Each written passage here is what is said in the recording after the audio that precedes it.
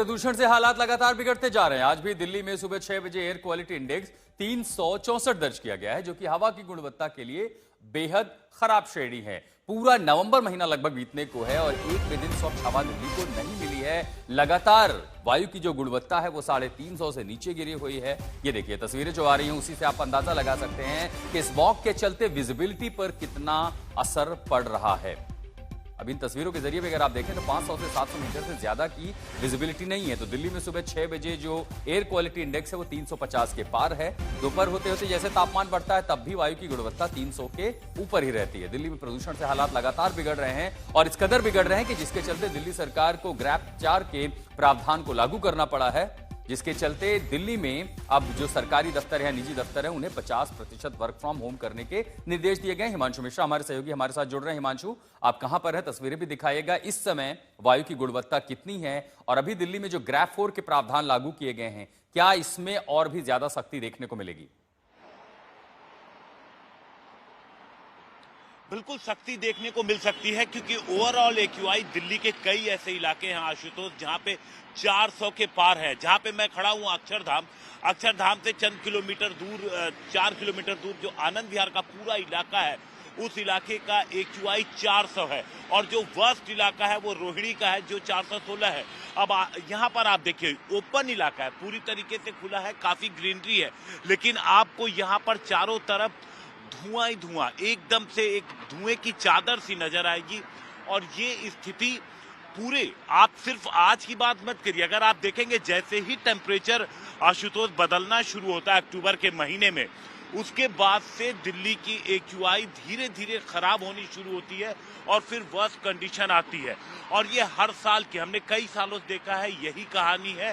कोई खास बदलाव इसमें अब तक देखने को नहीं मिला है। जब मौसम, जब टेम्परेचर कम होता है तो इसी तरीके से स्मॉग, आप देखिए पूरे आसमान में आपको चारों तरफ साफ साफ नजर आएगा। यही कंडीशन बनी रहती है। जो नियम लगाए गए हैं ग्रैप का कि जब ज्यादा ही स्थिति खराब होगी तो उसके बाद अलग अलग तरीके के प्रतिबंध लगाए जाते हैं, लेकिन जमीनी स्तर पर इसका बहुत ज्यादा कभी फायदा अभी तक आशुतोष देखने को नहीं मिला है। आमतौर पर दिल्ली का जो ये कंडीशन है, जब मौसम एक्यूआई इतनी बुरी होती है तो एक तरीके से मौसम पे ही, अगर हवा तेज चल जाए तब राहत मिलती है, बारिश हो जाए तब राहत मिलती है। जैसे हमने देखा था कि किस तरीके से आर्टिफिशियल बारिश की कोशिश की गई थी, लेकिन वो हो नहीं सकी। तो ये कंडीशन अभी बना हुआ है। अब ग्रैप 4 लागू है, देखते हैं कि जमीनी स्तर पर अगर सरकार पूरी तरीके से सख्ती करती है तो उसका क्या असर देखने को मिलता है यहाँ पर। आशुतोष, हिमांशु, ये भी बताइएगा कि जो 50% नियम लागू किए गए हैं, क्योंकि दिल्ली में आज छुट्टी का दिन भी है, और 50% क्या वो दिल्ली सरकार के जो संस्थान है वहां पर लागू होंगे, केंद्रीय संस्थानों में भी लागू होंगे, प्राइवेट और निजी जो दफ्तर है वहां पर, और कब तक के लिए ये प्रावधान लागू होंगे?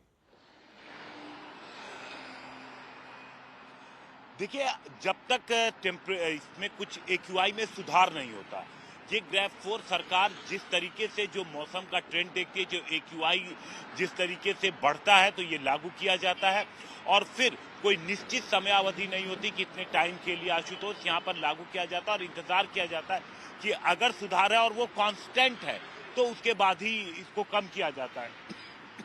अब आप देखिए जो इस वक्त की कंडीशन है, ये सुबह सुबह की हालत है। अभी बहुत ज्यादा ट्रैफिक नहीं है सड़क पर, हालांकि ये जो सरकारी दफ्तरों में जिस तरीके से 50% एक बार में उपस्थिति के लिए बोला गया है, कोशिश ये है कि गाड़ियां जो है वो सड़क पर कम चले, जिसकी वजह से कम से कम जो गाड़ियों की वजह से जो पोल्यूशन हो रहा है, ये जो तमाम गाड़ियां चल रही हैं उसका पोल्यूशन कम हो जाए, उसकी वजह से थोड़ी राहत मिले। तमाम जो गाड़ियां बाहर से आती हैं उन पे अलग अलग तरीके के प्रतिबंध लगाए गए हैं। डीजल ऑटो के ऊपर प्रतिबंध लगाया गया है, निर्माण कार्य को बंद किया गया है जो गैर जरूरी है। अगर सरकारी कोई जरूरी निर्माण कार्य है तो उस पर प्रतिबंध नहीं है, लेकिन अगर निजी कोई काम हो रहा है तो उसको रोका गया है। ये तमाम कोशिशें इसलिए की गई हैं आशुतोष, ताकि जो एक्यूआई अब 400 के आसपास पहुंचकर स्थिर हो गया, कांस्टेंट, आप देखिए लंबा टाइम हो गया। जी, तो बहुत बहुत शुक्रिया हिमांशु तमाम जानकारी के लिए। तो दिल्ली में वायु की गुणवत्ता अभी भी खराब स्तर पर है और ऐसे में अब प्रकृति ही बचा सकती है। जब तक विंड स्पीड नहीं बढ़ेगी तब तक संभवतः ऐसी स्थिति रहेगी।